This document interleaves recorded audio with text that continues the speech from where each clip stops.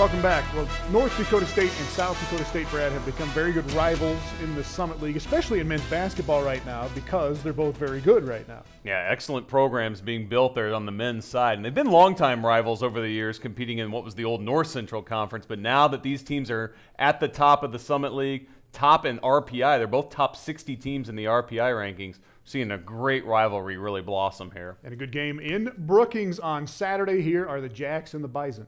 It was a sold-out Frost Arena on Saturday afternoon. Just over 6,000 fans in the stands, and that did not bother NDSU one bit in the first half. SDSU scored the first bucket, and then it was NDSU the rest of the way. Trayvon Wright for three, and then watch him here. I thought Steve Tecker's dunk was the best. That one might top it. Wright had 16 in the game to lead NDSU. Jordan Dykstra on a fall away at the other end for the Jacks. NDSU, though, built a 9-point lead late in the first half, and that made this shot coming up by Nate Walters very, very big with time winding down in the first half. The three is good. It's 37-31, North Dakota State with the lead at the half. NDSU came out, second half. They got a three from Mike Felt, his fourth of the game to start the second half. But after that, it was all Jackrabbits. SDSU goes on a 22-3 run over the next 11 minutes. Braden Carlson on the break. And then a nasty move by Walters here. He had 26, and SDSU wins it 69-53. 38-16 in the second half. What happened in the second half of this game, Noah? Well, South Dakota State, maybe for the first time, was able to get the ball out of Marshall Bjorklund's hands. Not a lot of teams have had success doing that, and then North Dakota State really struggled shooting the ball after that happened. All right, Jackrabbits get the split with North Dakota State. That game left SDSU and NDSU at 7-2 in the league, which meant Western Illinois could have opened up a little gap at the top, but the Leathernecks fell at Oakland, while IUPUI and Fort Wayne went to overtime on Saturday night.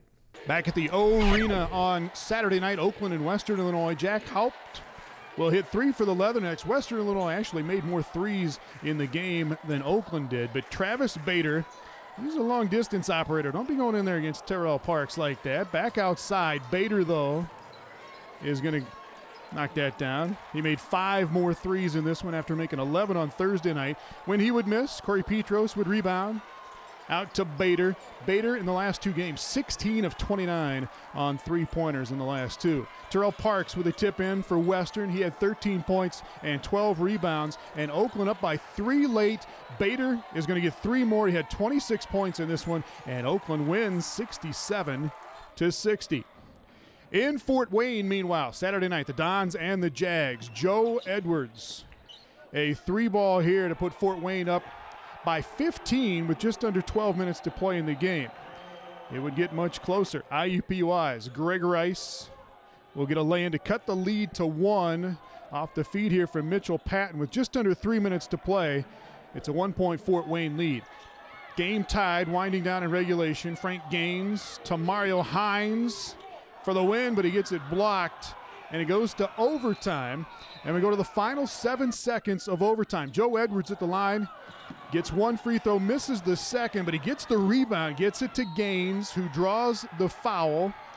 And Gaines will go to the free throw line, hit 2 free throws with 7 seconds left, and that would put Fort Wayne up by 1 with 3 seconds to play. IUPUI would get a last chance, down by 1. Greg Rice will get it in and get it up the floor, but it's off the mark, and the Mastodons survive in overtime, 80-79.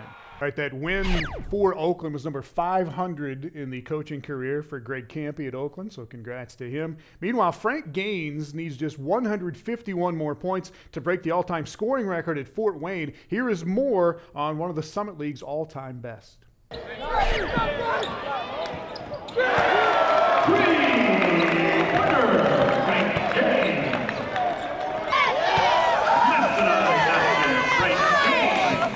IPFW guard Frank Gaines has started this season right where he left off, averaging 18 points per game. The senior from Fort Lauderdale, Florida, is in fact on pace to become the Mastodons' all-time career scoring leader, needing just 18 points per game to break the record by season's end. It's a big accomplishment. You know, I didn't really know I was that close until this season, but you know, I definitely want to just focus on getting to the NCAA tournament. Anything that happens in between then, you know, so be it. Is that something that would be special when you look back at it years down the Yeah, road? it definitely will be special once it's all said and done and I played my final game here. I'm definitely gonna be proud of it. When you were a little kid and you started picking up a basketball, what was your dream? Well, my dream was to play in the NBA eventually, and you know, and playing the big dance, Final Four, Sweet 16, stuff like that.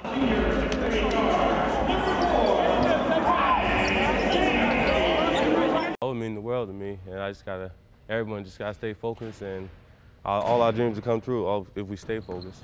That focus has helped Gaines much prior to this season. As a freshman, he averaged 4 points per game. As a sophomore, he led the team in scoring, and by last year, Gaines was named to the all-conference team. Drastic improvements that took hard work. I learned a lot, you know. I definitely came in, you know, basically raw athletically, you know. I had skill, but I developed more skill when I came here. So I definitely learned a lot in my tenure here. All that learning comes down to a final 10 games and a run at the desired goal, a conference title. We know we're not out of the conference tournament talk, especially with the regular season title. So, you know, we definitely got a chance to make a good run into the conference tournament.